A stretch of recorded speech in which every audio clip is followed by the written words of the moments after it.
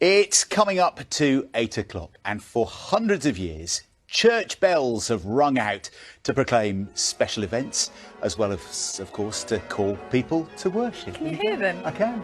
And They're calling us. I know we're like in matching outfits, but I do feel like we might be going to a wedding. It really is. You need a hat. We might talk about this morning because there are 10 weeks to go until the coronation of King Charles. But there's apparently a shortage of bell ringers. Yeah, Joe Black is at St Paul's Church in Birmingham this morning and can tell us more. Morning, Joe. Morning. Yes, that shortage of bell ringers has been an issue for quite a while, but it's the forthcoming coronation that's really highlighted the problem. And there's pockets in the country that are really well served with bell ringers, but some do have a shortage. And I've been speaking to some bell ringers in Ipswich who have come forward to ring for the King.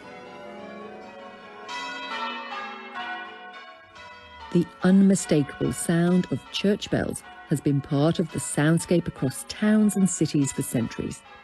They help us celebrate, commemorate, and are a weekly call to worship. Now, with just over 10 weeks to go until the coronation, there is a shortage of bell ringers who will ring for the King. And so the race is on to find and train people up. All yours. That hand stroke needs stretch and pull through. St Lawrence's in Ipswich, a deconsecrated church, is now a community hub.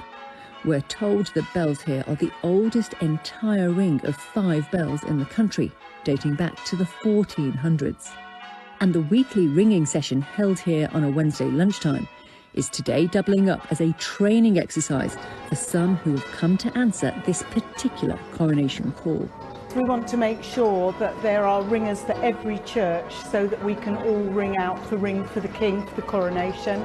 But some of our beginners here today learnt because of the Queen's Jubilee and they wanted to be able to ring for that. And then a lot of them ran when the Queen died. So we've had this constant teaching of beginners right the way through since that original push.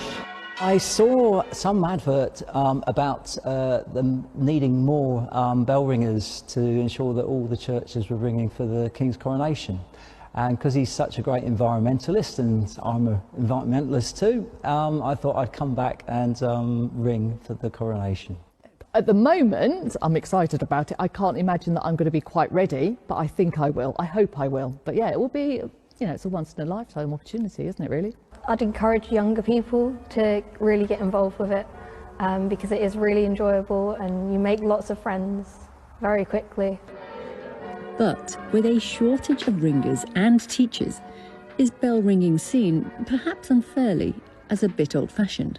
No, it's super cool. It's absolutely super cool. And no one would ever believe that it wasn't. There is still enough time to learn before Coronation Day.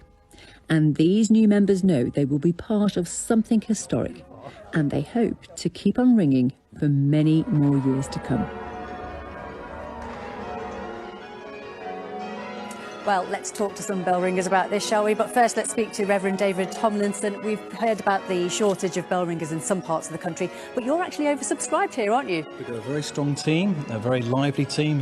It's fun to be part of that team, and we also recruit here, so we have a school to teach people bell ringing, and that's full.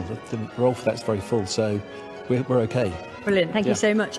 Elizabeth, you've been bell ringing for a couple of years. You're only 12 years old. What's it like being so young and bell ringing? What do you get out of it? Well, I think it's the friends, really. You make friends with so many people all over the world, and you have a connection with them that you don't with other people, and those friendships will stay forever.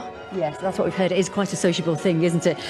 Simon is from the Council of Church Bell Ringers. Simon, we've been talking to people about this shortage, and some people have said, haven't they, that they would like to just turn up on the day at their local church and start bell ringing. You do need a little bit more training rather than just turning up, don't you? As you'll have seen from watching those bell ringers upstairs, it's a highly skilled activity, so it takes many hours of sort of face-to-face one-on-one tuition. But learning to ring for the King is sort of the first step on a journey of discovery of bell ringing. And you don't have to be musical or into maths or very good at maths, do you? Rhythm is good, coordination and a sense of adventure and being sociable is good. Lovely. This is your daughter Charlie. It is, Charlie, She's yes. 15. You've been ringing for about 6 years, I think you were telling me. What do you get out of it? It's a bit like what Elizabeth was saying, it's very sociable. I think some of it is that you've got something to do. It means that if someone asks what you're going to do on the weekend, you've got something to say and it's interesting. So that's the best bit for me, really. Yeah, and obviously there's this Ring for the King push, isn't there? What would you say to someone who's at home sort of considering it? Would you say do it? I'd say it's a really good opportunity to learn to ring, yeah. Brilliant, lovely. Thank you very much, all. So there you go. There is a shortage, not enough to man every bell, which would be a good starting point, I'm told. You don't have to be into maths, you don't have to be musical, you don't really have to be fit, but you do need a little bit of training, maybe 10 to 20 hours, I'm told. So if you are interested, now could be the time to start. Well, you know what you've got to do then, Joe. I had a go at this last week and I was absolutely terrible. Needs must.